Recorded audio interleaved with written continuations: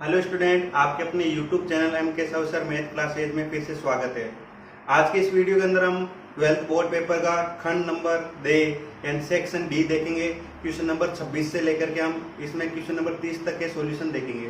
तो question number 26 क्या है तो देखिए, ये है क्वेश्चन नंबर जो 26 और 30 तक है क्वेश्चन, वो 6 नंबर के आए थे। तो 26वां क्वेश्चन है फलन F x modulus of x minus 1 plus 2 modulus of x minus 2 plus 3 modulus of x minus 3। इसकी बिंदु 1, 2 और 3 पर सांतत्यता और अवकलनीयता का परीक्षण कीजिए। ठीक है ना। यहाँ पर हर साल बोर्ड के अंदर केवल एक ही पूछा जाता है, इस बार दोनों पूछ ली गई, सांतत्यता का भी और अवकलनीयता भी, यानी कंटिन्यूटी और डिफरेंशिएबिलिटी। ठीक है, तो किस प्रकार से देखेंगे, तो जब भी मापांक वाला फलन आता है तो उसको पहले परिभाषित करना पड़ता है, और उसको यहाँ पर परिभाषित करने से पहले देखो क्रांतिक बिंदु देखेंगे। यहाँ पर क्रांतिक बिंदु की बात करें तो कौन कौन से क्रांतिक बिंदु होंगे, देखो क्रांतिक बिंदु, ठीक है ना। क्रिटिकल पॉइंट यानी x माइनस 1 को 0 के बराबर करेंगे तो x बराबर 1 आ जाएगा, यानी मापांक वाले मानों को 0 के बराबर करेंगे तो x बराबर 2 आ जाएगा, और मापांक x माइनस 3 को 0 के बराबर करेंगे तो x बराबर 3 आ जाएगा। ठीक है, अब इसको परिभाषित करने के लिए हमें क्या करना है तो देखना, इसमें समझना इसे किस प्रकार से, ये 1, ये 2 और यहां पर ये 3, थोड़ा गैप दे देता हूं, यहां पर 1 और यहां पर दे दो 2 और यहां पर है 3। ठीक है, देख लेते हैं। अब यहां से देखो x की वैल्यू मान लो यहां से भी देखूंगा तो 1 से कम होगा, यहां पर x की वैल्यू देखो तो 1 से बड़ी बराबर और 2 से छोटी, और यहां पर x की वैल्यू इसको मैं बड़ा ही बना देता हूं यहां पर, और यहां पर x की वैल्यू क्या होगी 2 से बड़ी और 3 से छोटी, और यहां पर x की वैल्यू किससे बड़ी होगी 3 से बड़ी। देखो यहां पर एक चीज ध्यान रखना कि इक्वल का चिन्ह यहां पर लगाते हैं तो फिर यहां नहीं लगाएंगे, और यहां लगाते तो फिर यहां नहीं लगाएंगे, और यहां लगाते तो फिर यहां नहीं लगाएंगे। एक जगह इक्वल का चिन्ह लगाना है, एक जगह इक्वल का चिन्ह नहीं लगाना है, दोनों में से किसी एक जगह लगा सकते हो। यहां लगा रहे हो तो फिर यहां मत लगाओ, इनमें से किसी एक जगह इक्वल का चिन्ह लगाना है, ये ध्यान रखने वाली बात है यहाँ पर। ठीक है, अब x का मान 1 से छोटा, तो ये मापांक कैसे खुलेगा जब x का मान 1 से छोटा है, तो देखो ये माइनस में खुलेगा, ये भी माइनस में खुलेगा, ये भी माइनस में खुलेगा। 1 से छोटा का मतलब जैसे आधा ले लो, आप रख के देख सकते हो, ये सभी के सभी मापांक के अंदर जो मान आएंगे, अंदर वाले मान माइनस में आएंगे। तो ये जब मापांक खुलता है तो आप जानते हो ना, मापांक ऐसे ही खुलता है कि मापांक जब अंदर वाला मान ग्रेटर देन 0 है तो प्लस में खुलता है, और लेस देन 0 है तो माइनस में खुलता है। ठीक है ना, तो यही कंडीशन इसमें होती है। यहाँ पर जब अंदर वाला मान मान लो माइनस का हो गया तो माइनस में खुलेगा, तो यहाँ पर सारे मान माइनस में खुल जाएंगे। माइनस के x माइनस 1, माइनस के 2 कोष्टक x माइनस 2 और माइनस के 3 कोष्टक x माइनस 3, ये इस प्रकार से मापांक खुल जाएगा। तो यहाँ से इसको सरल करेंगे तो कितना आ जाएगा, माइनस x प्लस का 1 माइनस के 2x प्लस के 4 माइनस के 3x प्लस के 9, तो कितने हो गए 9 और 4 13, 1 14, माइनस कितने हो जाएंगे माइनस के 6x, तो ये इस कैटेगरी के अंदर आ गया 14 माइनस का 6x। अब 1 से 2 के मध्य देख लो, मापांक को खोलना है तो कैसे खोलेंगे, अब 1 से 2 के मध्य 1 से बड़ा 2 से छोटा, 1 से बड़ा और 2 से छोटा, तो ये तो प्लस में खुल जाएगा जब 1 से बड़ा रहेगा, क्योंकि यहां से मान धनात्मक निकलेगा। तो जैसे इसको 1 से बड़ा करेंगे तो ये तो गया प्लस में, और बाकी वाले मान क्योंकि ये सब के सब क्या है, देखो यहाँ पर 2 से छोटा है तो माइनस में, यहाँ पर भी माइनस में खुलेगा। ठीक है, तो x minus 1 minus 2x plus के 4 माइनस 3x प्लस के 9, तो कितना हुआ देखो, तो x माइनस 2x माइनस के 5x और यहाँ पर x, तो माइनस के 4x हो जाएंगे, माइनस के 4x, देखो माइनस के 5 और प्लस का 1, यहाँ पर कितना 9 और 4 13, 13 में से 1 जाएगा तो 12, तो 12 देखो 9 और 4 13, 13 में से 1 चला गया तो 12, 12 माइनस कितने देंगे माइनस 3 माइनस 2 माइनस 5 और प्लस का 1 यानी 4x, 12 माइनस 4x, इस प्रकार से ओपन हुआ। क्लियर। अब यहां से देखो 2 से 3 के मध्य देखें तो 2 से 3 के मध्य दोनों तो धनात्मक में खुल जाएंगे, x माइनस 1 धनात्मक में, 2x माइनस 2 ये भी धनात्मक में, लेकिन ये वाला किसमें खुल जाएगा ऋणात्मक में खुल जाएगा।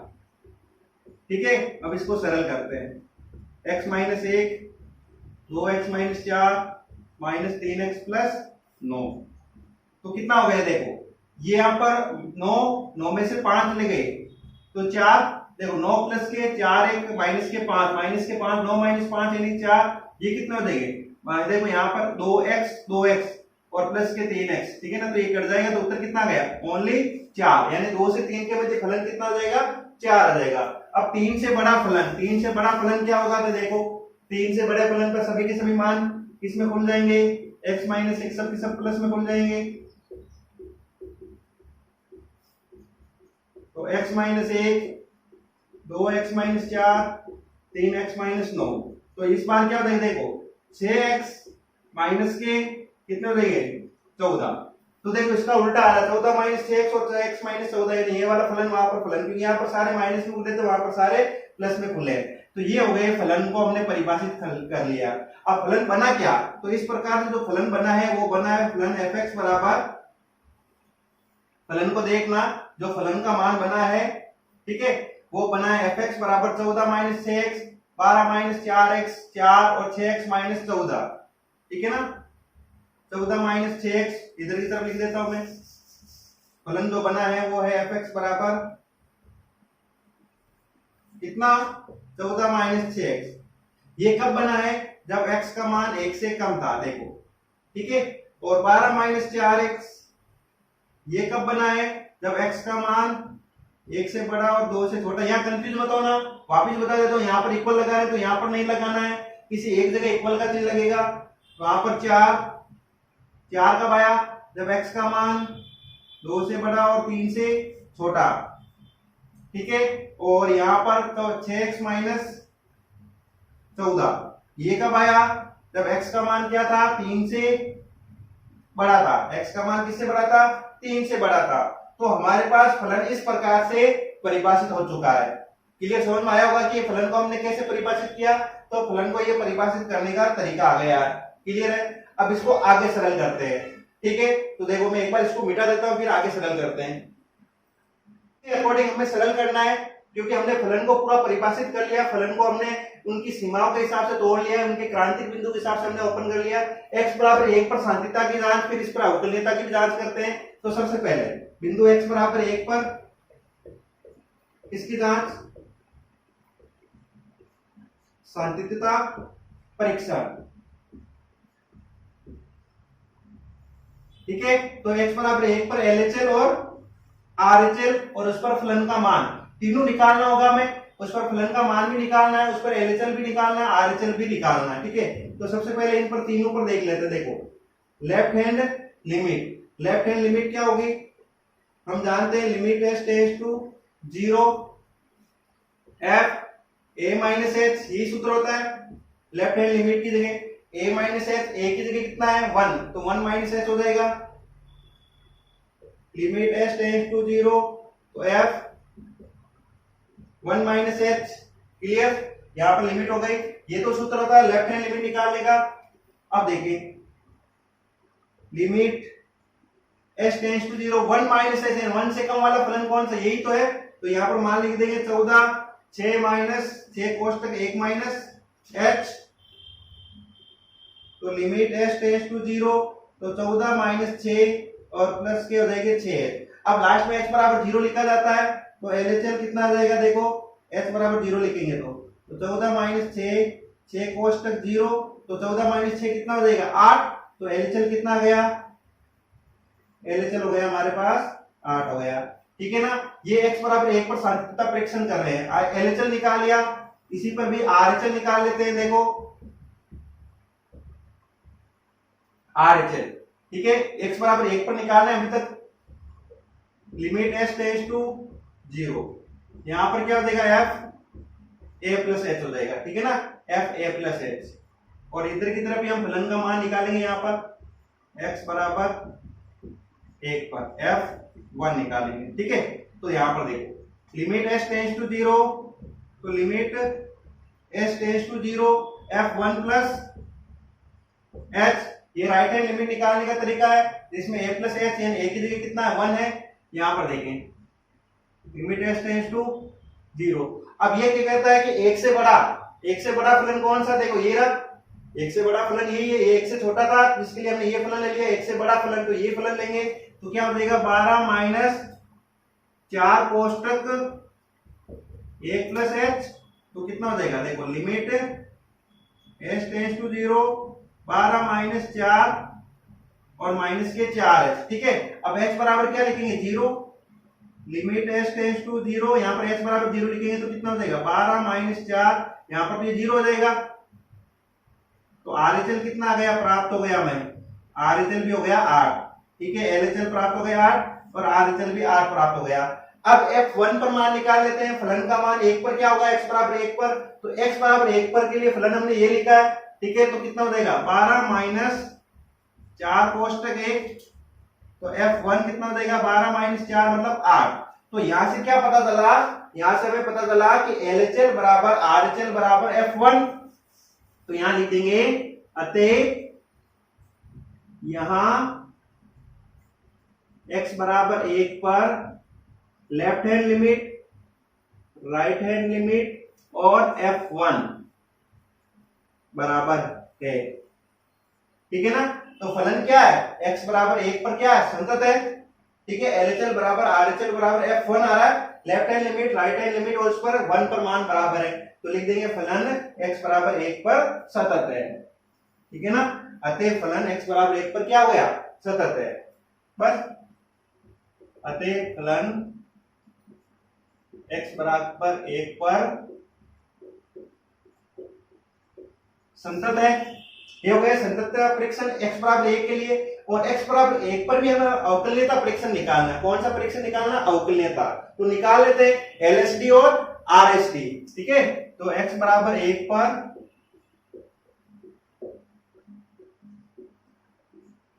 अवकलनीयता परीक्षण, तो देख इसमें लिखेंगे LHD लेफ्ट हैंड डेरिवेटिव यानी कि बायां अवकलज, ध्यान रखना LHD बायां अवकलज। देखो LHL का मतलब होता है देखो बाईं सीमा, जैसे यहां पर लिखा मैंने, ये है बाईं सीमा और ये है दाईं सीमा। LHD का मतलब बायां अवकलज। कौन सा अवकलज, बायां अवकलज, जिसको हम ये भी लिख सकते हैं f dash a minus 0, f dash a minus 0। क्या सूत्र होता है देखो, limit s tends to 0 f a minus h f a upon minus h, यही सूत्र होता है इसमें। अब इस सूत्र के अंदर जहां a है एक की जगह मान आ जाएगा 1। ठीक है, मान लिख देते हैं, तो कितना आ जाएगा देखो LHD बराबर लेफ्ट हैंड डेरिवेटिव, तो लिमिट s टेंस टू 0 यानी यहां पर f डैश लिख सकते हैं 1 माइनस 0, तो limit s tends to 0 f1 minus h f1 और अपॉन माइनस h, तो left hand derivative limit s tends to 0 1 minus h, देखो ये रहा 1 माइनस h, क्लियर है। जहां पर क्या हो जाएगा देखो f1 माइनस h किया था तो 14 माइनस 1 कोष्टक 1 माइनस h आया, यानी 1 से छोटा। यहाँ पर ये सेम ही बात 1 से छोटा, तो ये रहा 1 से छोटा, सॉरी 14 माइनस 6x लिखा हुआ है, 14 माइनस 6x, x कितना है 1 माइनस h, और f1 का मान कितना है, ये रहा f1 का मान 8 आया, सीधी सी बात है यहाँ पर 8 और माइनस का h, तो लिमिट s टेंस टू 0 कितना हो जाएगा 14 माइनस 6 प्लस के 6h माइनस के 8 बटे माइनस के h, तो लिमिट s टेंस टू 0, 14 में से 8 6 जाएंगे तो 8, 6h minus 8 upon minus h, 8 से 8 कैंसिल आउट, क्लियर। तो यहां पर देखो 6h बटे h, तो लिमिट s टेंस टू 0 क्या आया 6h बटे h से h कैंसिल आउट, तो कितना गया माइनस का 6, तो LHD कितना गया लेफ्ट हैंड डेरिवेटिव वो आ गया माइनस का 6 आ गया। कितना लेफ्ट हैंड डेरिवेटिव आया माइनस का 6 आया। अब यहां पर निकाल लेते हैं RHD बायां अवकलज, ठीक है ना। RHD को बोलेंगे तो दायां अवकलज, बायां अवकलज हो गए LHD और दायां अवकलज हो जाएगा RHD, जिसको लिखेंगे f डैश a प्लस 0 और इसका सूत्र limit s tends to 0 f a plus h minus f a upon h। ठीक है, तो ये इसका सूत्र होगा। तो यहां तक एक बार आप लिखना चाहो तो लिख सकते हो, फिर मैं इसको मिटा करके आगे बता देता हूं। ठीक है, तो देखिए आगे के अंदर जो मान लिखेंगे वो लिखेंगे f रेस 1 प्लस 0 जो क्या हो जाएगा limit s tends to 0 f a plus h, देखो 1 plus h minus f1 upon h।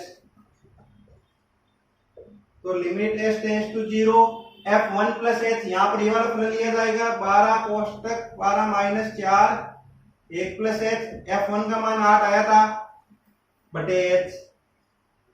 Limit s tends to 0 12 minus 4 minus के 4h माइनस के 8 बटे h। क्लियर।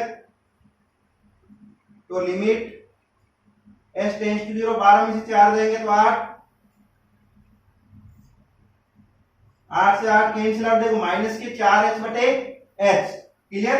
तो कितना देगा माइनस का 4, तो RSD कितना गया माइनस के 4। तो यहां पर LSD क्या RSD के बराबर है, तो लिखेंगे यहां x बराबर 1 पर LHD यानी left hand derivative is not equal to RHD। तो क्या पता चला x बराबर 1 पर फलन अवकलनीय नहीं है, अतः x बराबर 1 पर फलन कैसा नहीं है, फलन अवकलनीय नहीं है, यानी कि x बराबर 1 पर इसका अवकलन विद्यमान नहीं है, अवकलनीय नहीं है। x बराबर 1 पर फलन अवकलनीय नहीं है। ठीक है, ये तो x बराबर 1 पर हमने सततता की जांच कर ली, अवकलनीयता जहां पर सतत तो हुआ था लेकिन अवकलनीय नहीं हुआ है। ठीक है, अब इसके x बराबर 2 पर भी हमें जांच करनी है, तो करते हैं। देखो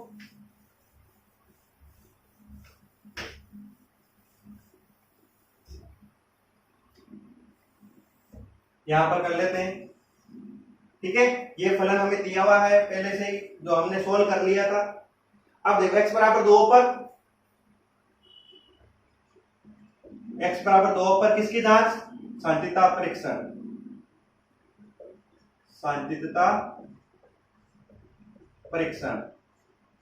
अब यहां पर देखो तीनों निकालेंगे, लेफ्ट हैंड लिमिट और LHL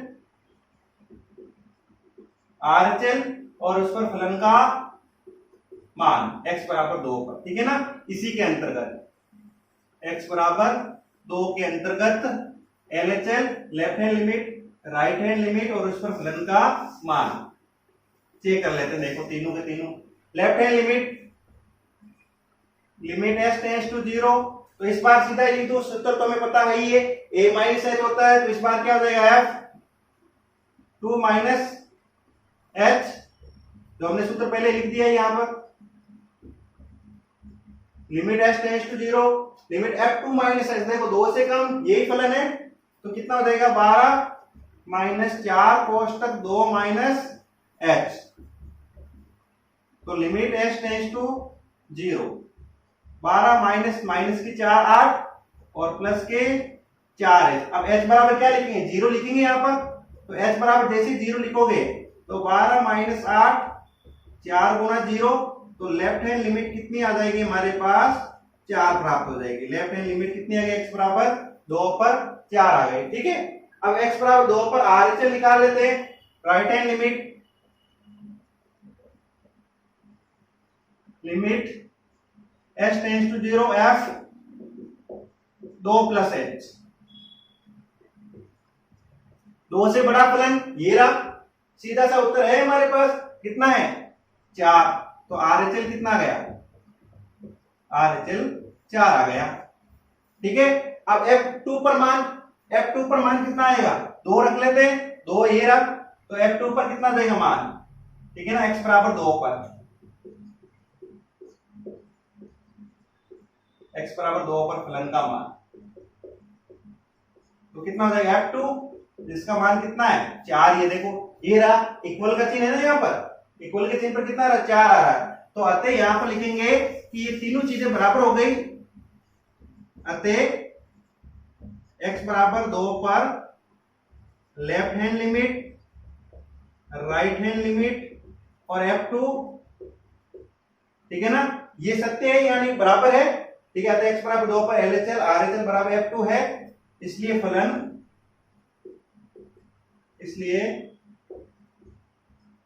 fx x बराबर 2 पर कैसा है, x बराबर 2 पर संतत है। x बराबर 2 पर कैसा देगा, संतत आ जाएगा। अब x बराबर 2 पर अवकलनीयता का परीक्षण कर लेते हैं। बस यहां पर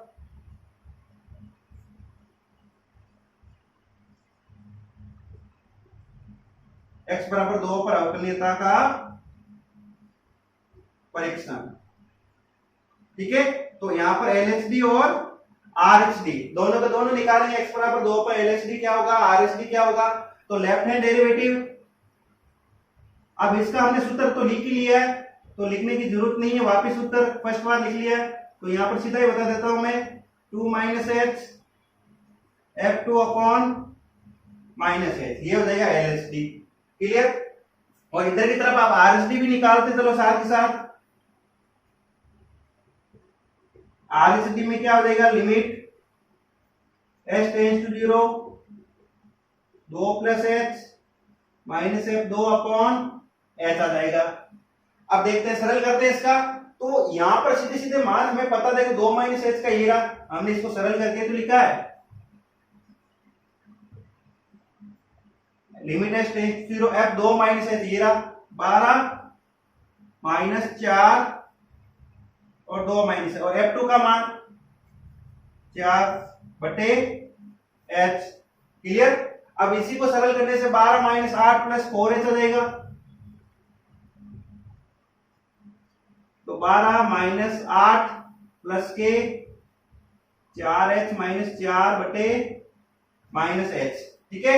तो इसको सरल करने से क्या प्राप्त होगा, देखो लिमिट h टेंड्स टू 0, देखो 12 - 8 का मतलब 4, तो 4 + 4h - 4 माइनस का h, देखो माइनस के 4 से प्लस के 4 कैंसिल आउट हो जाएंगे, ठीक है। अब देखो 4h बटे माइनस का h, तो आप खुद देख सकते हो कि जब h से h घटेगा तो माइनस का 4 बचेगा, तो LHD कितना देगा, LHD बराबर आ जाएगा -4। कितना देगा, -4 आ जाएगा। देखो h से h कैंसिल आउट, तो -4 आ गया LHD। अब RHD भी निकाल लेते हैं, तो सेम ही तरीका,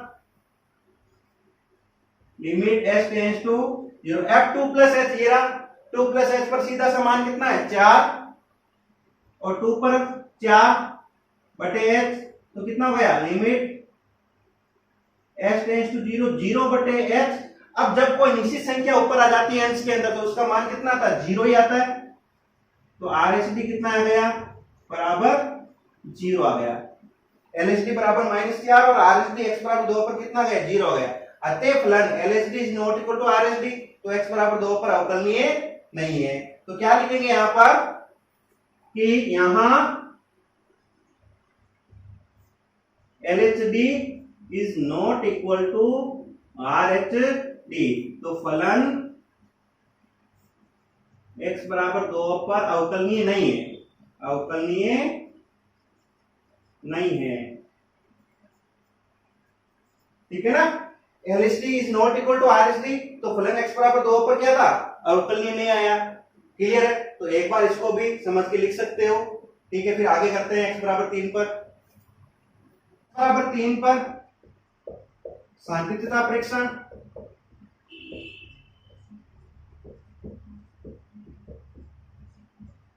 यानी कि लेफ्ट हैंड लिमिट निकालेंगे, यहां पर राइट हैंड लिमिट निकालेंगे, और उस पर फलन का मान निकालेंगे कि फलन का मान कितना होगा, उस पर मान निकालेंगे F3 पर मान। तो left hand limit h tends to 0 F3 minus h, 3 से छोटा फलन, देखो 3 से छोटा फलन का मान सीधा सा मान है 4, बस ये हो गया LHL। सीधी बात यहां पर, ठीक है। RHL limit h tends to 0, 3 plus h, तो 3 प्लस h में आ जाएगा 6, 3 प्लस h माइनस 14, तो लिमिट h टेंड्स टू 0, तो 18, 6h माइनस के 14, तो कितना हो जाएंगे, लिमिट h टेंड्स टू 0, 18 में से 14 चले जाएंगे, तो 4 प्लस 6h, अब h की जगह 0 लिखूंगा तो कितना गया, RHL बराबर 4। और F3 पर मान 3 पर रख लो, मान कितना आएगा F3 पर मान आ गया 6, 3 रख दिए यहां पर, 6 3 18 माइनस 14, तो F3 पर मान कितना आया, 4।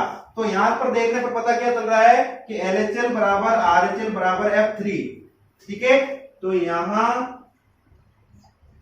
LHL बराबर RHL बराबर F3, अतः फलन x बराबर 3 पर कैसा है, संतत है। कैसा है, x बराबर 3 पर संतत फलन है। अब यहां पर इसकी अवकलनीयता की जांच कर लेते हैं कि फलन अवकलनीय है या नहीं है। LHD और RHD देखो संतत तीनों पर आ गए, x बराबर 1 2 और 3 तीनों पर, ठीक है ना। अब संतत की जांच कर लेते हैं।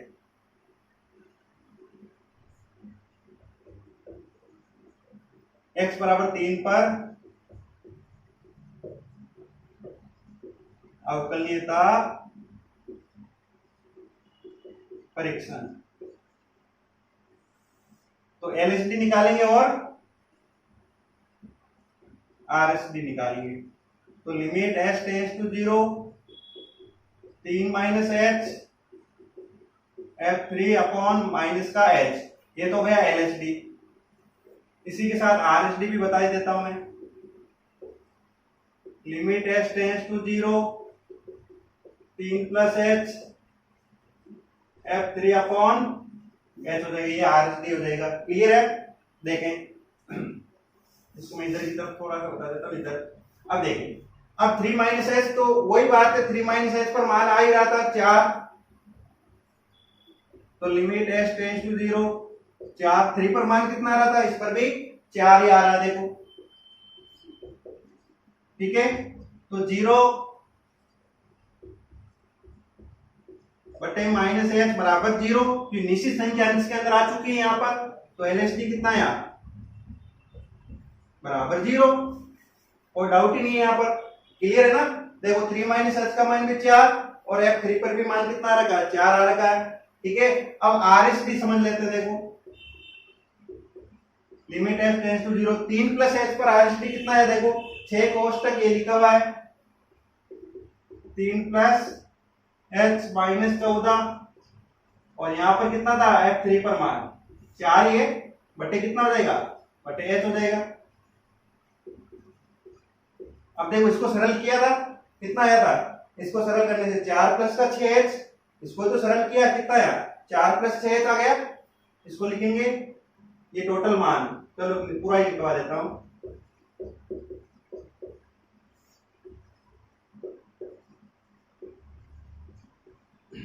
कितना हो जाएगा, 4 प्लस 6h माइनस के h माइनस के 4 बटे h हो जाएगा। अब देखो 6h बटे h बराबर 6, तो RHD कितना गया, RHD आ गया 6, तो यहां क्या RHD LHD बराबर है, नहीं है, तो यहां LHD is not equal to RHD, अतः फलन x बराबर 6 पर, तो कितने पर, x बराबर 3 पर अवकलनीय नहीं है। ये था इसके अंदर, तो ये था क्वेश्चन नंबर 26। नंबर 27 देखिए क्या है, सिद्ध करना है ये जो I बराबर 0 से पाई log 1 plus cos x dx बराबर पाई log e बेस 1/2, ये भी आपके जो 10वीं प्रश्नावली निश्चित समाकलन उसका ये एग्जाम्पल है, ये बोर्ड में पहले भी आया था, वापस एग्जाम्पल पूछ लिया है, तो चलो सिद्ध करते हैं इसे। तो इसका क्या ले लेते हैं, LHS left hand side I बराबर 0 से पाई log 1 plus cos x dx, इसको मैं कह देता हूं समीकरण नंबर 1। यहां पर लगाएंगे गुणधर्म नंबर 4। गुणधर्म नंबर 4 से क्या होता है? गुणधर्म नंबर 4, ए से b f x d x बराबर ए से b f a plus b minus x d x, ये होता है गुणधर्म नंबर 4। ठीक है, जो मैंने बता दिया यहां पर। अब आई बराबर गुणधर्म 4 लगाया, कहने का मतलब वापिस मान में कोई फर्क पड़ता नहीं, जब f a plus b minus x करते हैं तो समाकलन वही रहता है, तो आई वही रहेगा। जब एक्स की जगह लिख देंगे cos 0 प्लस पाई, तो पाई माइनस एक्स dx। ठीक है, इसको सरल करते हैं, देखो तो 0 से पाई log cos pi minus x क्या होता है? देखो cos पाई माइनस थीटा माइनस का cos थीटा, तो माइनस का cos एक्स हो जाएगा dx। समीकरण नंबर 2। 1 और 2 को जोड़ दे, समीकरण नंबर 1 प्लस 2, तो दोनों को जोड़ेंगे तो क्या बनेगा? 2i 0 से पाई, तो एक तो हो जाएगा log 1 प्लस cos x, दूसरा हो जाएगा log 1 माइनस cos x, ये जुड़ जाएगा यहां पर, और क्या आ जाएगा dx, क्योंकि दोनों में लिमिट तो सेम ही चल रही है 0 से पाई। अब यहां से देखो log m plus log n, तो log m गुणा n 0 से पाई log 1 प्लस cos x गुणा 1 माइनस cos x dx। इसका रीजन पता है आपको कि ये कैसा आया? log m plus log n, जिसको लिख सकते हैं log m गुणा n। ठीक है ना, log m गुणा n, ये log की प्रॉपर्टी के अकॉर्डिंग देखें आगे। तो ये क्या हो गया? a minus b a plus b, तो 1 माइनस cos स्क्वायर x, तो 2i बराबर 0 से पाई log 1 minus cos square x dx। और 1 माइनस cos स्क्वायर x क्या होता है? sin स्क्वायर x, तो 2i 0 से पाई log sin square x dx। और log के अंदर क्या होता है? जब कोई घात आती है, यहां पर घात क्या हो जाती है? आगे आ जाती है, तो 2i, ये घात है वो आगे आ जाएगी 2, 0 से पाई log sin x dx। तो देखो 2 से 2 कैंसिल आउट, तो i बराबर कितना आ गया? i बराबर आ गया 0 से पाई log sin x dx। क्या गया? log sin x dx। अब इसको मैं एडजस्ट करके लिख देता हूं, देखो कैसे है। इसको मैं यदि ऐसा लिख दूं 2 गुणा पाई बाई 2, पाई को क्या लिख दूं? 2 गुणा पाई बाई 2, यानी कि यहां पर गुणधर्म नंबर यदि मैं 7 का अनुप्रयोग करूं, गुणधर्म नंबर 7 लगाऊं, गुणधर्म नंबर 7, तो क्या होता है? देखो 0 से 2a F x d x. ठीक है, और यहां पर 2 बार आ जाता है 0 से a, ठीक है ना, एफ एक्स डी एक्स, जब एफ टू ए माइनस एक्स बराबर एफ एक्स होता है। ये होने पर क्या हो जाता है? 2 बार आ जाता है जब। और दूसरी कंडीशन में क्या होता है? 0 कब होता है? जब यहां पर एफ टू ए माइनस एक्स बराबर माइनस एफ एक्स होने पर इसका मान क्या हो जाता है? 0 हो जाता है। तो यहां पर यदि मैं देखूं तो पाई माइनस कुछ भी करके देखेंगे, देखो यहां पर एफ एक्स का मान कितना है? यहां पर एफ एक्स का जो मान है, देखो अंदर वाला एफ एक्स जो फलन है, अंदर वाला एफ एक्स, वो कितना? log sin x। अब log sin x में यदि आप 2a माइनस x का मतलब समझ रहे हो कि 2a माइनस का मतलब हो जाएगा पाई, ये कितना मान है? Pi minus theta, sin pi minus theta sin theta ही होता है। इस वजह से देखो कि fx, देखो देखना कि f2a माइनस x बराबर fx कैसे हुआ, कि यहां पर यदि मैं देखूं, यहां बता ही देता हूं, देखो यदि मैं यहां पर देखूं sin पाई माइनस x करके देखूं तो क्या प्राप्त हो रहा है? log sin x ही प्राप्त हो रहा है। ठीक है, अतः ध्यान से देखना, i बराबर देखो इसी के अकॉर्डिंग हमने किया 2a माइनस एक्स, 2a का मतलब हो गया पाई, log sin pi minus x बराबर log sin x हो रहा है। देखो fx के बराबर ही बन रहा है, ये fx का मान है, तो फिर क्या लग जाएगा? 2 बार आ जाएगा गुणधर्म नंबर 7 से, 2 आ गया बार, और यहाँ पर क्या आ जाएगा? 0 से देखो 2a का 2 बार आ गया, a आ गया, तो यहाँ पर 2 आ जाएगा बार, और लिमिट कितनी है ऊपर अंश के अंदर पाई बाय 2। ठीक है, log sin x dx। यहां तक आया होगा समझ में, ये 2 आ गया बाहर। अब इसको आगे सरल करते हैं, कैसे देखो, ये 2 आ गए बाहर। अब यहां पर मैं इसको I1 कह दूं, क्या कह दूं, I1। ठीक है ना, इसको मैंने लिख दिया 2I1, 0 से pi by 2 log sin x dx। ठीक है, ये I1 है। अब इस I1 को सरल करेंगे, ये वैसे मानक सूत्र भी होता है minus pi by 2 log e base पर 2 वाला होता है, तो इसको सरल कर ही लेते हैं इसी के अकॉर्डिंग। देखो तो इसमें भी गुणधर्म नंबर 4 जो हमने पहले लिख दिया, गुणधर्म नंबर 4 से I1 बराबर, इसको कह दो आप समीकरण नंबर 3, I1 बराबर हो जाएगा 0 से pi by 2 log sin pi by 2 minus x dx। ठीक है, गुणधर्म नंबर 4 ये लिखा हुआ है पहले से, हमने वापस लिखने की आवश्यकता है नहीं। अब देखें 0 से pi by 2 log sin pi by 2 minus का मतलब हो जाएगा cos x dx हो जाएगा। ठीक है ना, इसको कह देंगे 4, 3 प्लस 4 से समीकरण 3 और 4 को जोड़ेंगे तो 2I1। ठीक है, तो यहां से log sin x dx, यहां से log cos x dx, तो आ जाएगा 0 से pi by 2 log sin x plus log cos x, और यहां पर क्या आ जाएगा dx आ जाएगा।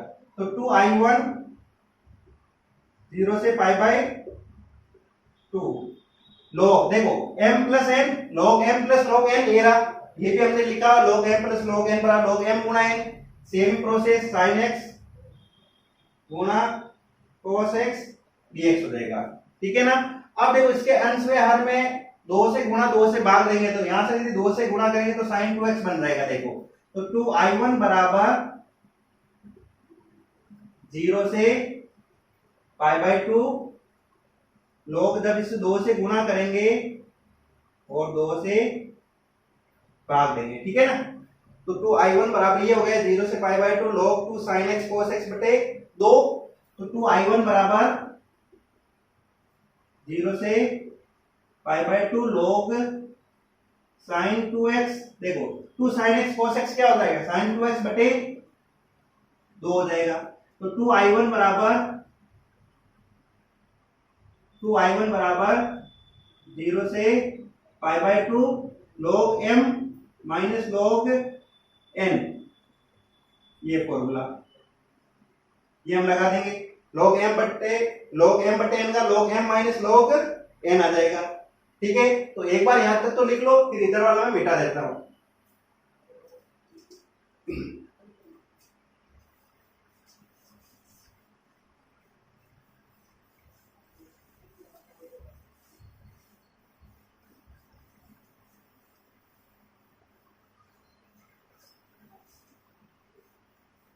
देखो कितना आ जाएगा 2I1 बराबर, इसको अलग अलग कर लेते हैं, 0 से pi by 2 log sin 2x, और ये हो जाएगा dx, और दूसरा भी अलग होगा तो वो तो अचर ही है, अचर बाहर आ जाएगा log e बेस पर 2, 0 से पाई बाय 2। ठीक है, 0 से पाई बाय 2 कितना आ जाएगा dx ही हो जाएगा, और कुछ भी नहीं रहेगा इसमें। अब देखें, अब यहां पर 2I1 बराबर, इसको मैं I2 बोल देता हूं, और इसको फिर से सरल कर लेंगे I2 मान करके, I2, और यहां पर कितना हो जाएगा log e बेस पे 2, और इसका कितना हो जाएगा x हो जाएगा, समाकलन 0 से पाई बाय 2। तो 2I1 बराबर I2 log e बेस पे 2, पाई बाय 2 रखेंगे माइनस 0, तो गुणा कितना हो जाएगा पाई बाय 2, तो यहां पर आ जाएगा पाई बाय 2, देखो पाई बाय 2 माइनस 0, तो इससे गुणा क्या हो जाएगा पाई बाय 2 हो जाएगा। इसको कह दो आप समीकरण नंबर 5, 3 और 4 तो हमने यूज कर ली, ये हो गई समीकरण नंबर 5। अब हमें I2 को सरल करना है, बस ये वाला जिसको हमने I2 माना ना, इस I2 को सरल करना है। तो I2 क्या है, देखो I2 हमारे पास है 0 से पाई बाय 2, 0 से pi by 2 log sin 2x dx, ये है I2। अब यहां पर इसको प्रतिस्थापित कर देता हूं 2x को, क्या मान लूंगा, माना 2x बराबर t, तो 2 dx बराबर dt। अब मैं यदि x बराबर 0 लिखूं तो t बराबर वैल्यू कितनी आएगी 0, और x बराबर π/2 रखूं, π/2 लिख देता हूं x बराबर, तो t का मान देखो यहाँ पर π/2 लिखूंगा तो t बराबर क्या कन्वर्ट हो जाएगा, पाई में कन्वर्ट हो जाएगा।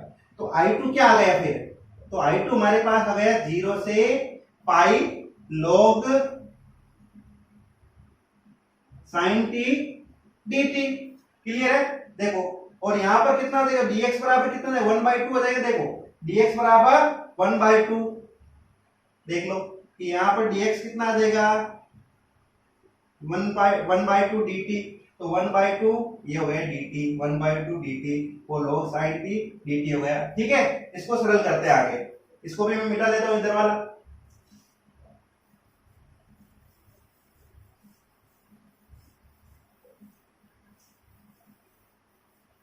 देखिए, तो यहां से देखें तो यहां पर अब आप क्या करोगे, इसको फिर से गुणधर्म नंबर 7 से करना है। कौन से गुणधर्म से, गुणधर्म नंबर 7। गुणधर्म नंबर 7 को करने के लिए देखो इसको मैं ऐसे लिख देता हूं 1/2 0 से 2 गुणा π/2 और log sin t dt। अब गुणधर्म नंबर 7 जो हमने पहले किया था, f2a माइनस एक्स बराबर fx होने पर 2 आगे आ जाता है। ठीक है, पहले हमने गुणधर्म कर रखा है, तो I2 बराबर 1/2, ये 2 आ जाएगा ये वाला इसका। ठीक है, और यहां पर है 0 से π/2 log sin t और dt, जो हमने गुणधर्म नंबर 7 पहले यूज किया था उसी की तरह है, बस चरों का परिवर्तन, यहाँ पर x t और t आ रहे, वहां पर x आ रहा था। अब 2 से 2 कैंसिल आउट हो जाएगा, तो I2 बराबर 0 से π/2 log sin t dt। Clear. अब गुणधर्म नंबर 1 लगा दो, क्योंकि चरों का परिवर्तन यहां पर t है तो x लिख सकते हैं। गुणधर्म नंबर 1 से क्या था, चरों का परिवर्तन। ठीक है ना, चरों का परिवर्तन जो हमने देखा था ना पहले, मान लो यहां पर था a से b fx dx को a से b ft dt। क्लियर है, fx dx को क्या लिख सकते थे, ft dt। चरों का परिवर्तन किया है, यानी x बराबर a b था तो t बराबर a से b हुआ है। देखो, तो I2 बराबर, ये चरों का परिवर्तन गुणधर्म नंबर, तो यहां से देखो t बराबर x लिखोगे तो dx बराबर dt, कोई दिक्कत है नहीं। इस प्रकार से भी समझ सकते हो कि यहाँ पर चरों का परिवर्तन किया है, तो I2 कितना हो जाएगा 0 से π/2 log sin x dx। यदि मान लो गुणधर्म नहीं पता तो t को x मान लो, तो dx बराबर dt, dx बराबर dt, तो x बराबर 0, t बराबर 0 पर x बराबर 0, t बराबर π/2 पर x बराबर भी π/2, वापस चरों का परिवर्तन। और ये मान आ गया I2 बराबर 0 से π/2 log sin x dx प्राप्त हो गया। ठीक है ना, और जो किसके बराबर है, देखो I1 के बराबर है। देखो ऊपर जो लिखा हुआ समीकरण नंबर 3, और ये किसके बराबर आया, समीकरण नंबर 3 से I2 बराबर आ गया हमारे पास I1। I2 बराबर क्या आ गया I1। क्लियर है ना, I2 और I1 कैसे बराबर है मान, ये समझ में आ गया होगा आपको कि I2 बराबर है I1। अब हमारे पास जो था, देखो हमने किसको I2 माना था, ये रहा यहां पर। अब समीकरण नंबर 5 से कर लेते हैं, I2 बराबर I1 है। समीकरण नंबर 3 से ये हो गया I2 बराबर I1, समीकरण नंबर 5 से 5 क्या, देखो 5 हमारे पास है 2I1, और इस I2 की जगह क्या लिख दूंगा मैं, I1 लिख दूंगा, और यहां पर पहले से क्या है माइनस π/2 log e बेस पर 2। तो देखो I1 कितना गया, जब I1 इधर आएगा तो केवल I1, तो I1 में से I1 जाएगा तो केवल I1, तो I1 हो गया माइनस π/2 log e बेस पर 2, ये I1 का मान हो गया। और अब जो शुरुआत में हमने I बराबर 2I1 माना था, देखो I बराबर 2I1 माना था,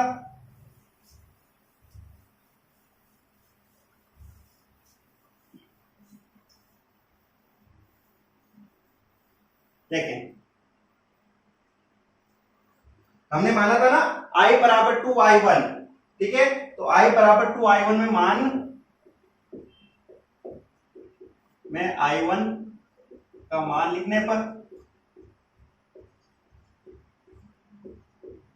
ठीक है, तो कितना है 2i1, i1 कितना है देखो, ये रहा -π/2 log की बेस पर 2, तो यहां पर हो जाएगा -π/2 log ई बेस पर 2, देखो 2 से 2 कैंसिल आउट, तो i बराबर हो गया -π log ई बेस पर 2, जबकि हमें उत्तर क्या लाना 1/2 लाना है और माइनस का नहीं आना चाहिए, तो ये माइनस का ऊपर चला जाएगा यानी घात में, तो 2 की घात -1 ऐसा लिख सकते हैं हम, तभी तो ये माइनस आगे आता है।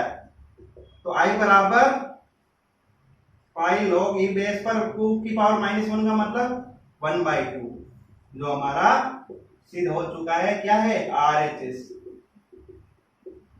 HP hands proof. ये हमारा क्वेश्चन सिद्ध हो चुका है। तो यहां तक इतना बड़ा क्वेश्चन था, तो ये क्वेश्चन नंबर 27 कंप्लीट है। क्वेश्चन नंबर 28 देखिए, ये प्रश्नावली नंबर 13, उसमें से आ रखा है सदिश में से, वेक्टर में से, उसके भी ये दोनों ही एग्जांपल हैं, ठीक है। कैसे सरल करेंगे देखें, तो सिंपल सी बात है इसमें, तो इसका पहला फर्स्ट सरल कर लेते हैं, तो पहले का एलएचएस ले लेते हैं, फर्स्ट का एलएचएस तो क्या है देखो, A vector plus B vector, B plus C vector, C vector plus A vector, ये क्या अदिश त्रिक गुणा है, क्या है अदिश त्रिक गुणा। तो कैसे देखें इसको सरल करने का तरीका, तो A vector plus B vector dot, ठीक है, A dot B cross C होता है अदिश त्रिक गुणा, तो बी की जगह पूरा का पूरा बी प्लस सी क्रॉस सी प्लस ए, ये होता है अदिश त्रिक गुणा, ए डॉट बी क्रॉस सी, ये अपना एक अवयव, ये पूरा एक, ये एक, क्लियर, ये अपना एक सदिश, ये पूरा सदिश, ये सदिश, तीन सदिश हो गए, तो इनका अदिश त्रिक गुणा ऐसे होता है।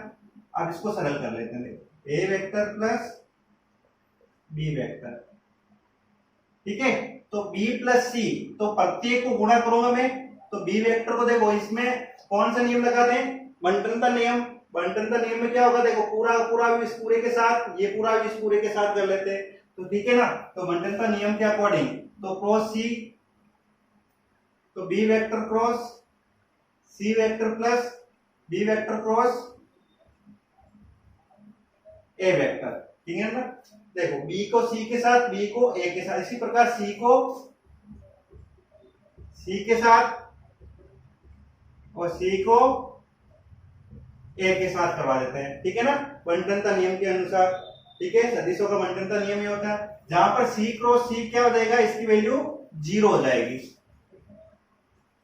तो a vector plus b vector बराबर a plus b vector dot b cross c, ठीक है, और b क्रॉस a, इसका कितना हो गया 0, और ये है c क्रॉस a। कोई डाउट यहां तक?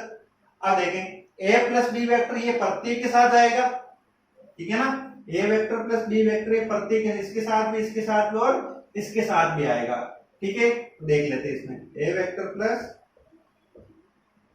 B vector dot B cross C, इसके साथ भी आ जाएगा,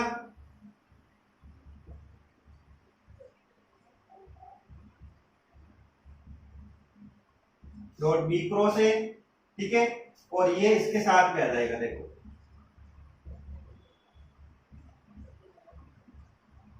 डॉट सी क्रॉस ए, फिर से बंटनता नियम, ठीक है ना, यहां पर भी हमने बंटनता नियम से किया था, बंटनता नियम से हमने किया था,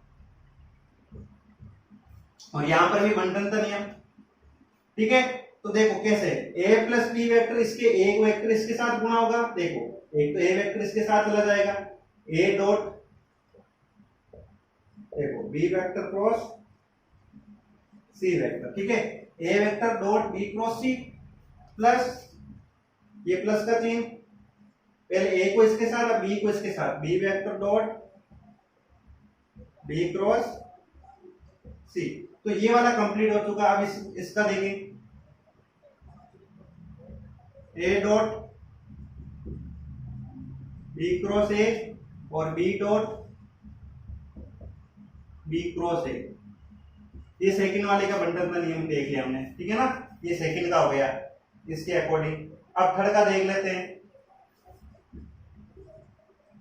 ए डॉट सी क्रॉस ए और B dot c cross a. तो ये भी हमने किससे किया, बंटन का नियम से, ठीक है। अब ये सबके सब अधिस्थिर गुणा हो गए, देखो ये हो गए सबके सब अधिस्थिर गुणा, a dot B cross c, a dot B cross c type के। तो यहां पर ये क्या हो जाएगा, ए बी सी, यहां पर ये क्या हो जाएगा, बी बी सी, यहां पर ये ए बी ए, यहां पर बी बी ए, यहां पर ए सी ए, यहां पर बी सी ए, ठीक है। अब यहां पर देखो जो समान सदिश आ रहे हैं उनका तो अधिस्थिर गुणा क्या होता है, जीरो होता है। इसका जीरो हो जाएगा, इसका जीरो हो जाएगा, यहां पर जीरो हो जाएगा, यहां पर जीरो हो जाएगा। क्लियर है ना, क्लियर। देखो तो ए वेक्टर बी वेक्टर और सी वेक्टर बॉक्स ऑफ हो गया। तो इसका जीरो, यहां पर भी जीरो, यहां पर भी जीरो और यहां पर भी जीरो, और उसका बी सी ए, और बी सी ए को मैं ये लिख दूं ए बी सी। देखो बी सी ए को क्रम चेंज करके मैं लिख सकता हूं ए बी सी। अब इसका रीजन बता दो, यहां पर हमने किन किन को जीरो किया, देखो जिन जिन को जीरो किया है, ठीक है। दो सदिश समान होने पर उनका अदिश गुणा जीरो होता है। हम लिखेंगे, जानते हैं दो सदिश समांतर होने पर, समांतर या समान होने पर अधिस्त्री गुणा क्या होता है,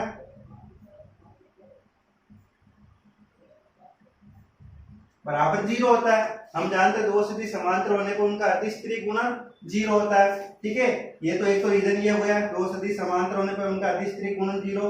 वे यहां पर लिख सकते हैं ए बी सी बराबर बी सी ए चक्रीय गुणधर्म से। कि चक्रीय गुणधर्म क्या कहता है कि इनके क्रम वही रखो, ए बी सी बी ए या बी सी ए, तो उनके अधिस्त्री गुणन कैसे होते हैं, उनके अधिस्त्री गुणन समान होते हैं। तो ये लिख दिया हमने। हम जानते दो सदिश समांतर या समान होकर उनका अधिस्त्री गुणन जीरो, सीधा लिख दिया। तो ये इनमें समान, इनमें समान, इनमें समान और इनमें समान, ठीक है। तो ये कितना गया हमारा, a b c to a vector b vector और सी वेक्टर जो हमें लाना था, ठीक है। किसका मान है ये, RHS का मान है। ये था 28वें का पहला। अब करते हैं इसके बाद 28वें का दूसरा। देखो इसका दूसरा देख लेते हैं, इसका LHS ले लेते हैं दूसरे का। LHS क्या है, देखो A vector cross B vector, B cross C और सी क्रॉस ए, ये LHS है जो हमें लाना क्या है, एबीसी का एबीसी अधिस्त्री गुणन का होल स्क्वायर लेके आना, ठीक है।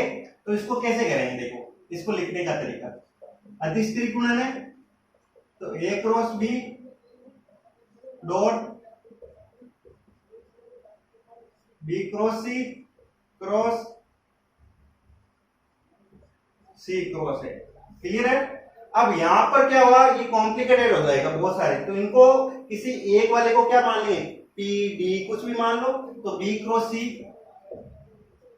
माना, B vector cross c vector बराबर पी वेक्टर, मान लो कोई सदिश मान लिया इसको, ठीक है। अब सदिश मान के हम सोल्व कर लेते हैं। देखो A vector cross B vector dot यहां हो जाएगा B vector cross C cross A हो जाएगा। ठीक है, अब यहां देखा जाए तो ये तीन सदिशों का सदिश गुणन है। इसके अंदर क्या सदिश गुणन क्लियर है, तीन सदिशों का ए बी सी का सदिश गुणन, ए क्रॉस बी क्रॉस सी, ये होता है ना सदिश गुणन।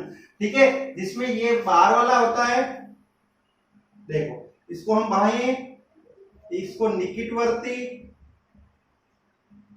और इसको बोलते हैं दूरस्थ। ठीक है ना, हम नॉर्मली ये क्या करते हैं जब सदिश गुणन आता है हम ये करते हैं, देखो याद हो तो ये सूत्र मैं एक बार बता देता हूं। क्या करते हैं जब इस प्रकार का आ जाता है बाएं डॉट निकटवर्ती गुणा दूरस्थ, ठीक है, तो उनमें कैसे करते हैं बाएं डॉट निकटवर्ती, ठीक है ना, बाएं डॉट निकटवर्ती और यहां हो जाएगा दूरस्थ। ये याद रखने का तरीका होता था। ठीक है, 1 2 3 के हिसाब से भी समझ सकते हैं। यदि इसको 1 2 और 3 माने तो यहां पर क्या हो जाएगा 1 गुणा 2 निकटवर्ती 1 2 3, फिर बाह्य डॉट दूरस्थ और ये निकटवर्ती। ठीक है, माइनस इसमें करते हैं 1 3 और 2। ठीक है, अब ये दोनों तरीके से आप सोल्व कर सकते हो इस वाले अंदर वाले को। ये भी तरीका हो गया 1 2 3 के द्वारा, तो 1 डॉट का मतलब अदिश गुणा 2 गुणा यहाँ पर 3। अब इसको सरल कर देते हैं, क्या आएगा ए वेक्टर क्रॉस बी वेक्टर, देखो तो P, देखो पाए निकटवर्ती P vector dot A vector और पास में क्या देगा सी वेक्टर, माइनस इसी के according P vector dot c vector और पास में क्या देगा, देखो निकटवर्ती, निकटवर्ती कितना है सी वेक्टर। ये था इसी के अंदर, क्लियर हुआ यहां तक। अब देख लेते इसमें कैसे। अब यहां देखो कि P वेक्टर का मान है क्या, P वेक्टर का मान है B cross C। P vector का मान क्या है B क्रॉस C, लिख लेते हैं मान। ये कितना मान है B क्रॉस C, तो B क्रॉस C, ठीक है, इसको आप बड़ा कोष्टक लगा दो ताकि मंडला कोष्टक अंदर यूज कर लेंगे, और ये डॉट ए, ये बड़ा कोष्टक, इस P की जगह ये लिख दिया, ये A की जगह ये C की जगह, माइनस इस P की जगह वापस मान B cross C dot C।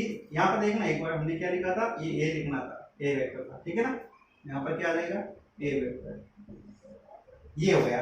अब इसको सरल करते हैं, तो A vector cross B vector, ये कितना हो गया BCA, देखो ये हो गया BCA, और ये कितना है BC, यहां पर देखो C था और यहां पर A वेक्टर था। ठीक है ना, यहां पर तो हो गया C और यहां पर कितना हो गया A वेक्टर हो गया। ठीक है, तो ये तो बन गए अंदर BCA वेक्टर और बाहर कितना है C वेक्टर है। ठीक है, कोई डाउट ही नहीं है, यहाँ पर मंडला कोष्टक लगा तो कोई दिक्कत नहीं। अब यहां पर BCC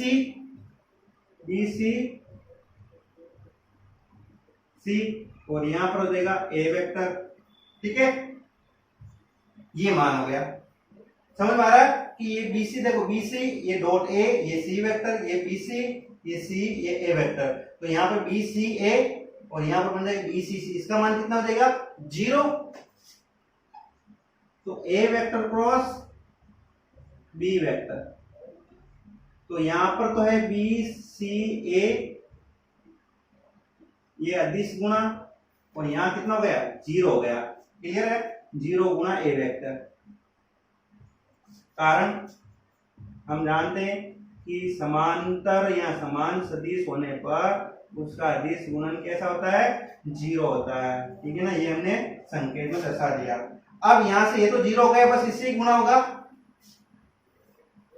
तो ए क्रॉस बी, ठीक है। देखो डॉट आया रखा है, डॉट सी, ए क्रॉस बी, डॉट सी, फिर है बी सी ए, क्लियर, क्या है बी सी ए क्रॉस बी डॉट सी, और यहां हो जाएगा बी सी ए, क्योंकि ये बी सी ए से तो गुणा है, बी सी ए से सी वेक्टर इधर लिखो चाहे इधर लिखो, और ये क्या बन गया, यहां से यहां तक, यहां से यहां तक बन गए ए वेक्टर, बी वेक्टर और सी वेक्टर, और ये क्या है बी सी ए वेक्टर। देखना इसमें कि ये ए वेक्टर, बी वेक्टर और सी वेक्टर, अब देखो क्रम सेम ही है, देखो तो इसको मैं क्या लिख सकता हूं, ए बी सी, और इसका भी रीजन बता दो, चक्रीय गुणधर्म बी सी ए बराबर ए बी सी, यानी कि चक्रीय अदिश का चक्रीय गुणधर्म, अदिश त्रिगुणक का चक्रीय गुणधर्म,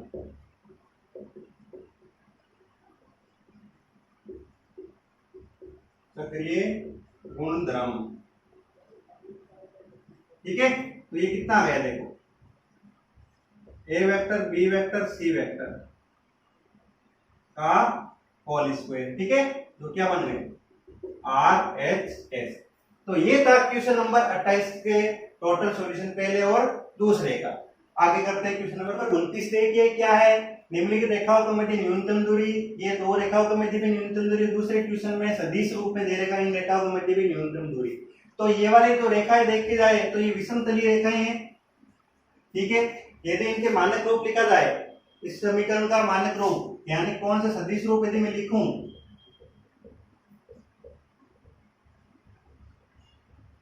ठीक है, तो क्या होना चाहिए r1 बराबर a1 plus lambda b1 vector, ठीक है। क्या बन सकता है यदि मैं इसका समीकरण रूप सदिश रूप में देखूं, यानी इसका सदिश रूप यदि मैं देखूं r वेक्टर बराबर a1 plus lambda b1 vector, ठीक है। तो यदि मैं इसको कन्वर्ट कर दूं इस रूप में, तो a1 वेक्टर क्या होता है, जहां से ये रेखा गुजरती है, तो यहां से a1 कितना आ जाएगा, देखो a1 वेक्टर यदि मैं देखूं तो यहां से 3i प्लस 4j और माइनस का आ जाएगा के। देखो ये होता था a1, जहां से बिंदु से गुजरती, कहां से गुजरती 3 4, और ये माइनस का है क्योंकि सूत्र क्या होता है x minus x1 upon a, y minus y1 upon b, z minus z1 upon c। तो a1 वेक्टर ये आ गया, b1 क्या आ जाएगा, इसके दिक् अनुपातों का सदिश कितना है 2i प्लस j और माइनस 3k, क्लियर। इसको यदि सदिश रूप में लिखें तो a1 प्लस लेमडा b1, ये a1 हो गया और ये b1 आ जाएगा, ठीक है। इसी प्रकार दूसरी समीकरण x माइनस 1 माइनस के 1, y माइनस 3 अपॉन 3 और z माइनस 1 अपॉन 2, यदि मैं इसको लिखूं सदिश रूप में तो क्या बनना चाहिए a2 vector plus lambda b2 vector. तो यहां से a2 वेक्टर मतलब ये रेखा कहां से गुजर रही है 1 3 और 1 से, i प्लस 3j के प्लस k के, क्लियर।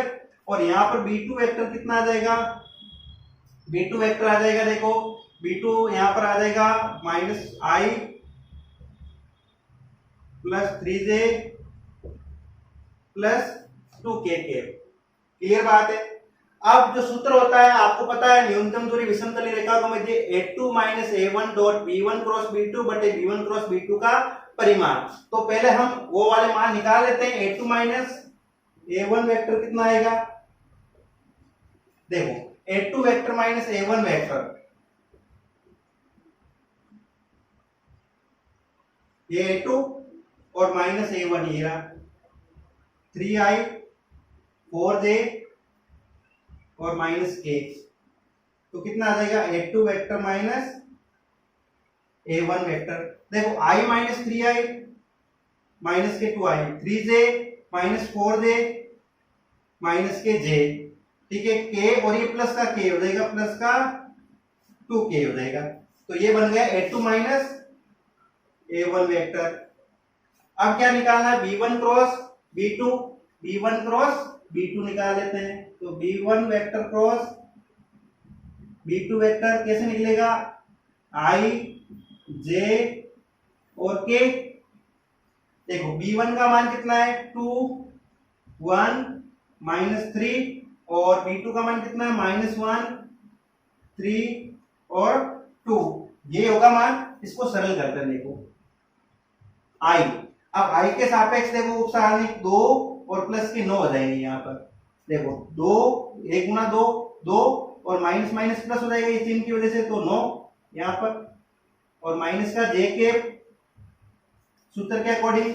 अब इसके लिए क्या होगा, देखो ये पंक्ति ये स्तंभ छूटेगा, ये वाला स्तंभ ये वाले पंक्ति, तो कितना हो जाएगा 4। देखो माइनस माइनस प्लस, लेकिन फिर से माइनस हो जाएगा, ठीक है, प्लस के कितना हो जाएगा 6 और प्लस 1, तो कितना रिजल्ट आया इसका 9 और 2 11 आई के माइनस जे के और 7 के आ गया। क्लियर है। तो ये था B1 क्रॉस B2, और B1 क्रॉस B2 का हमें मापांक चाहिए, परिमाण। तो क्या करेंगे परिमाण में, देखो आई कैप का गुणा 11 का स्क्वायर प्लस माइनस 1 का स्क्वायर, यहाँ हो जाएगा 7 का स्क्वायर, ठीक है। तो ये हो जाएगा 121 प्लस 1 प्लस 49, तो कितना हो गया अंडर रूट के अंदर 171, ठीक है ना। तो 171 को लिख सकता हूं मैं 9 गुणा, देखो 9 गुणा हो जाएगा 19, 99 81 1 9 और 8 17, ये हो जाएगा। तो B1 क्रॉस B2 का परिमाण या इसका मापांक 3 अंडर रूट 19 हो जाएगा। ये प्राप्त हो चुका है हमें। अब क्या निकालेंगे, शॉर्टेस्ट डिस्टेंस यानी कि न्यूनतम दूरी, जिसका सूत्र हो जाएगा A2 vector minus A1 vector dot B1 cross A2 minus A1 dot B1 cross B2 upon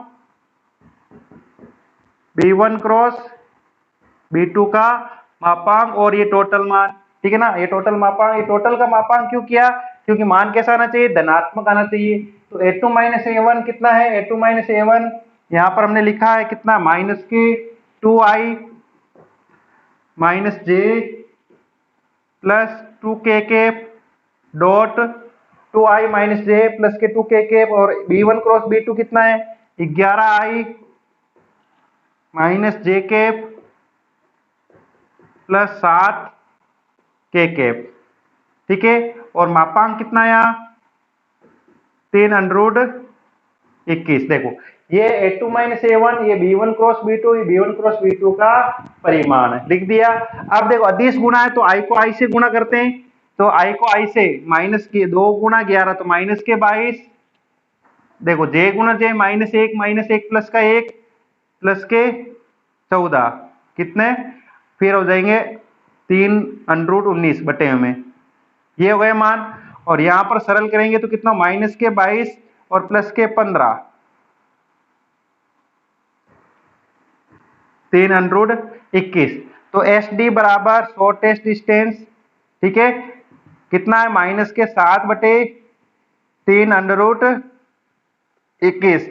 अब यहाँ पर माइनस मापांक लगाने का कारण ये है कि जो भी अंदर वाला मान चाहिए माइनस आए प्लस आए, आपको प्लस ही रखना है। तो शॉर्टेस्ट डिस्टेंस कितनी आ जाएगी, न्यूनतम दूरी 3 अंडर रूट 19 इकाई।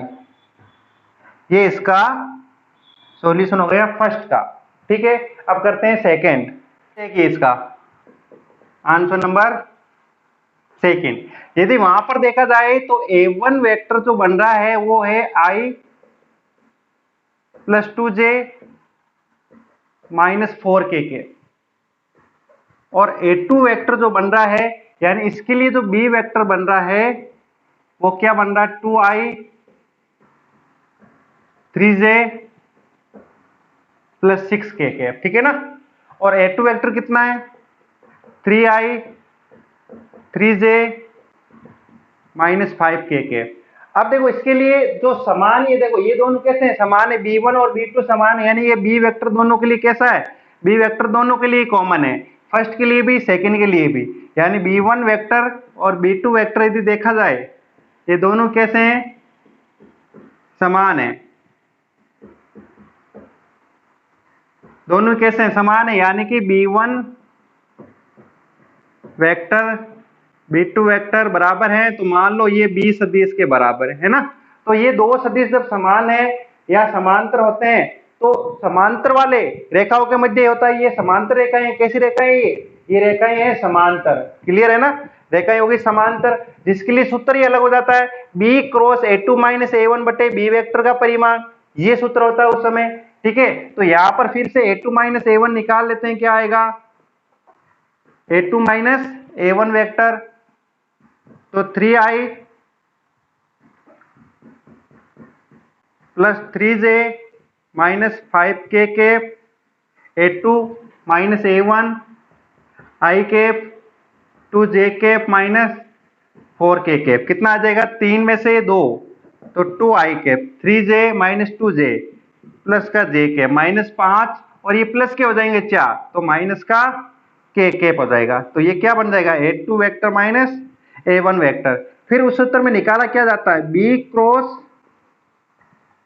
a2 माइनस a1 निकाला जाता है, b cross a2 minus a1 निकाला जाता है। तो इसका मान कितना आएगा, देखो b cross a2 minus a1, तो b वेक्टर यानी i j k, क्योंकि सदिश गुणा ये क्रॉस का मतलब i j k, b का मतलब 2 3 6, 2 3 6 ये दोनों बराबर ही है, यानी कि 2 3 और ये हो जाएगा 6।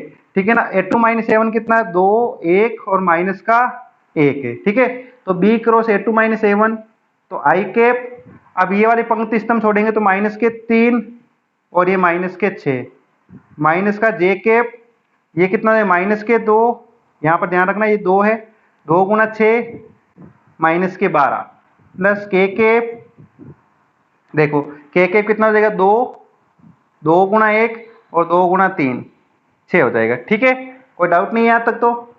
अब देखें तो ये कितना हो जाएगा, माइनस के 9 आई कैप, माइनस माइनस प्लस के हो जाएंगे 14 जे कैप, और ये कितना हो जाएंगे, माइनस के 4 के कैप, ये होगा यहाँ पर, ध्यान रखना है, प्राप्त हो गया ये मान। देखो 2 माइनस 4, 2 माइनस 6 माइनस के 4 के कैप, के 4 के कैप, और बी वेक्टर का परिमाण, ठीक है ना। तो देखो क्या आएगा बी वेक्टर का परिमाण, बी का परिमाण यहां से कितना आ जाएगा, देखो 2 का स्क्वायर, 3 का स्क्वायर और 6 का स्क्वायर, कितना हो जाएगा, 2 का स्क्वायर 4 प्लस 9 36, 36 4 40 गुण 50 हो जाएगा। तो b का परिमाण कितना हो जाएगा, अंडर रूट के गुण 50, जिसका मान हो जाएगा 7। अब शॉर्टेस्ट डिस्टेंस, क्योंकि लाइनें कैसी है, समांतर लाइन है, यानी कि ये लाइन कैसी है, समांतर लाइनों के लिए शॉर्टेस्ट डिस्टेंस, इसका सूत्र हो जाएगा b cross a2 vector minus a1 vector और b का परिमाण, ये पूरे का परिमाण ही होता है, ध्यान रखना, यहाँ पर भी इसका भी परिमाण है और इसका भी ये परिमाण ही होता है। ठीक है ना, तो b cross a2 minus a1। अब देखें, यानी यहाँ पर भी ये परिमाण ही, ध्यान रखना, और जो डिस्टेंस ये वाली जो वैल्यू है वैसे धनात्मक ही रखनी है, तो ये आप इसको ऐसे भी लिख सकते हो, कोई दिक्कत नहीं। ठीक है ना, ये वाली चीज b cross a2 minus a1 और b वेक्टर का परिमाण। तो देखो इसका मान कितना आया है, ये रहा माइनस 9 आई 14 जे के माइनस के 4 के कैप। क्लियर है, तो माइनस के यहाँ पर माइनस 9 आई कैप 14 जे कैप माइनस के 4 के कैप बटे बी का परिमाण कितना है, 7 आया है। तो यहाँ पर कितना आ जाएगा, माइनस 9 का स्क्वायर 14 का स्क्वायर माइनस 4 का स्क्वायर बटे 7 आ जाएगा। ठीक है ना, b cross a2 minus a1 की जगह ये रहा, इसका मान यहाँ से हमने निकाला, ये रहा यहाँ पर। अब इसका परिमाण निकाल लिया और इसका परिमाण तो ये रहा 7 यहाँ पर। अब कितना आ जाएगा, अंडर रूट 81 196 और प्लस के 16 बटे 7। ठीक है ना, यहाँ पर मापांक लगावे जरूरत नहीं है, क्योंकि यहाँ पर ऊपर ही मापांक नीचे ही मापांक, तो यहाँ से भी धनात्मक मान आएगा, यहाँ से भी धनात्मक मान आएगा। ठीक है, अब देखें तो कितना हो गया इसका मान, अंडर रूट के अंदर कितना हो गया, देखो 1 6 7 6 13, 13 का 3, फिर 10 11, 8 19, हासिल के 1 2 बटे 7, ये हो गया शॉर्टेस्ट डिस्टेंस इकाई, ये भी इकाई के अंदर आ जाता है मान। तो ये दूसरे वाले क्वेश्चन के लिए शॉर्टेस्ट डिस्टेंस कैसे निकालें, क्योंकि रेखाएं कैसी है, ये रेखाएं हैं समांतर,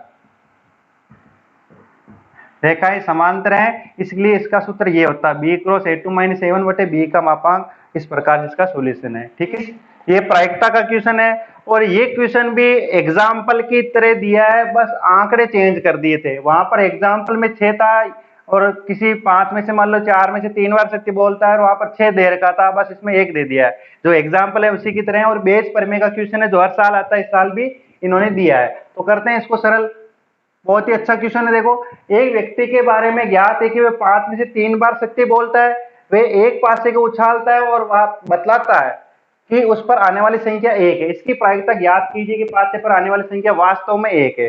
यानी कहने का मतलब व्यक्ति क्या करता है कि 5 में से 3 बार ही सही कहता है, इसका मतलब 2 बार झूठ बोलता है वो, और पासे को उछालता है और क्या कहता है कि वो उस पर आने वाली संख्या क्या है बतला देता है, पासे को उछालता है और कह देता है कि उस पर आने वाली संख्या 1 है। जब ज्ञात हुआ कि पासे पर आने वाली संख्या वास्तव में 1 है, उसकी प्रायिकता निकालनी है। यानी कि समझो यहाँ पर 2 घटनाएं हो गई कि पासे पर 1 आना और पासे पर 1 नहीं आना। तो एक पासे को उछालने पर 6 कंडीशन बनती है। एक पासे को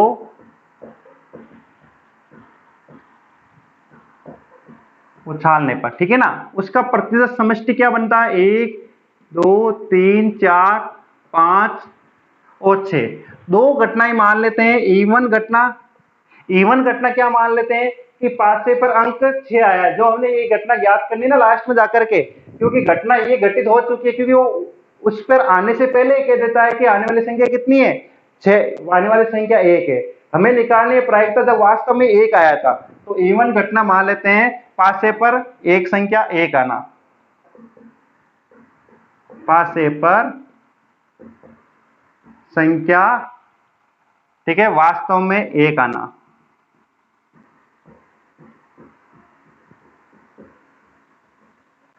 और E2 घटना क्या मान लेते हैं कि पासे पर वास्तव में संख्या 1 नहीं आना। चलो मैं पूरा लिखा देता हूं, पासे पर संख्या 1 नहीं आना, ये हो गई E2 घटना। क्लियर बात है।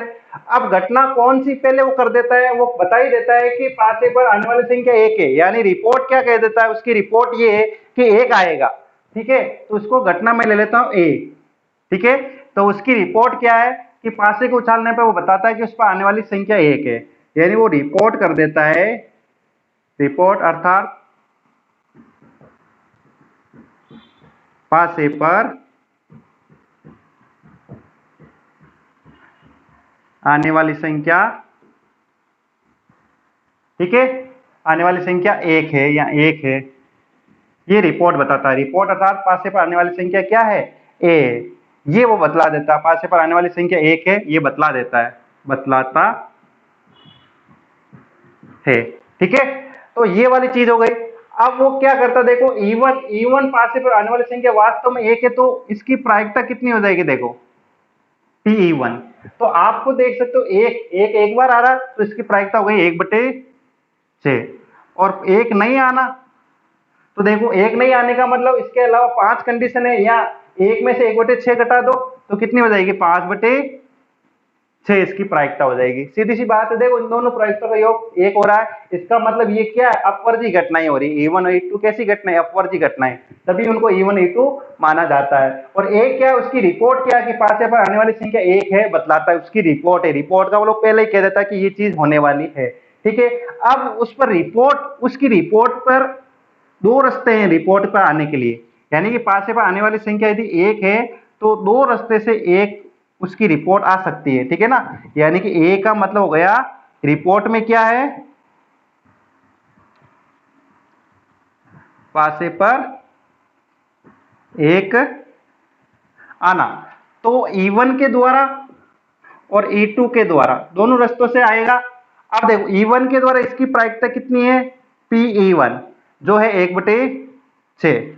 ठीक है। अब मान लो यदि मैंने इवन घटना घटा दी, मान लो पहले इवन को घटा दिया, अब ए को लाना चाहता हूं मैं, तो पी ए बटे इवन, तो आप खुद देख सकते हो पी ए बटे इवन, ठीक है। जब इवन घटना हो गई यानी कि पास से पर संख्या मान लो एक आ गया और उसकी रिपोर्ट भी क्या कह रही है, एक आ रही है। देखो समझना कि इवन का मतलब हो गया कि पास से वास्तव में एक आ गया और रिपोर्ट भी क्या कहना, पास से पर एक आना, इसका मतलब उसकी रिपोर्ट कैसी है, वो क्या कह रहा है, वो सही कह रहा है, सत्य कह रहा है। तो इसका मतलब सत्य कहने की प्रायिकता कितनी है, 5 में से वो 3 बार सत्य बोलता है, तो कितना हो जाएगा 3/5। तो पी ए बटे इवन कितना हो जाएगा 3/5। क्लियर है ना, क्योंकि वो चीज सही कह रहा है, क्योंकि एक आया और रिपोर्ट भी क्या कह रही है, उसका एक आना, तो इसका मतलब उसकी रिपोर्ट सही है, इसका मतलब वो सत्य बोल रहा है, तो 3/5। ठीक है। पीई टू 5/6 यानी एक नहीं आना, तो यहां पर p a upon e two, p a upon e two, यानी आप देखो कि पासे पर एक तो नहीं आया लेकिन रिपोर्ट क्या कह रही है उसकी, एक आया है। ठीक है, रिपोर्ट क्या कह दी है उसने, क्या बता दिया, एक आया, इसका मतलब वो इस बार क्या बोल रहा है, झूठ बोल रहा है। देखो कि पहले तो सही बोल रहा था क्योंकि एक आया और एक ही बता रहा रिपोर्ट, इसका मतलब सत्य बोल रहा है, तो 3/5। इस बार वो एक तो आया ही नहीं, जबकि क्या कह रहा है, रिपोर्ट में तो कह रहा है एक आना, तो पी ए बटे ई टू, इसका मतलब वो झूठ बोल रहा है, तो 3/5 सत्य की है, तो झूठ की कितनी हो जाएगी 2/5। क्लियर है ना, तो वो क्या बोल रहा है, झूठ बोल रहा है ना यहाँ पर, तो 2/5। क्लियर है, ये सारी कंडीशन प्राप्त हो चुकी है।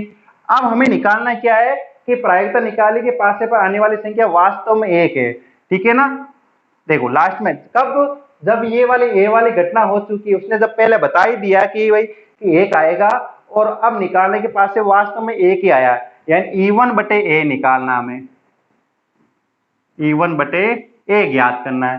ठीक है ना, कि पास से वास्तव संख्या एक आना और उसने बताया भी क्या, एक आएगा। ठीक है, तो किस थ्योरम से कर लें, बेज प्रमेय से, बेज प्रमेय द्वारा। Pe1/A, तो क्या सूत्र लग जाएगा, Pe1/A/E1,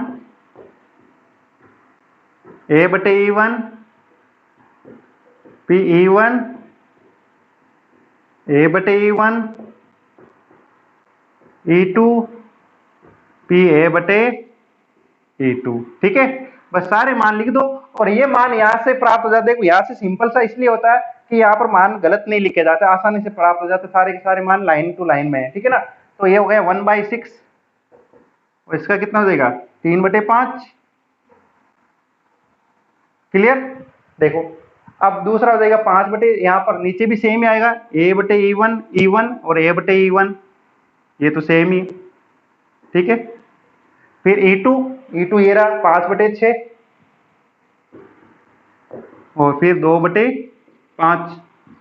अब आप देखो ऊपर 6×5 देखो, 6 5 6 5 6 5, ये सब के सब देखो, ये भी 6 5 और ये भी 6 5 6 5, अंश हर में कॉमन आएगा, यानी यदि देखा जाए तो ये 3/30।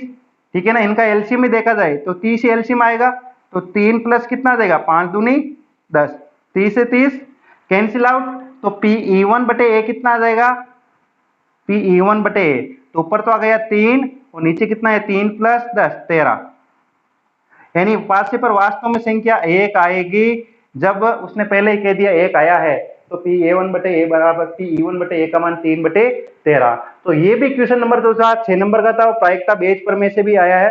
ठीक है, तो इसको एक बार अच्छे से समझ के देख लो।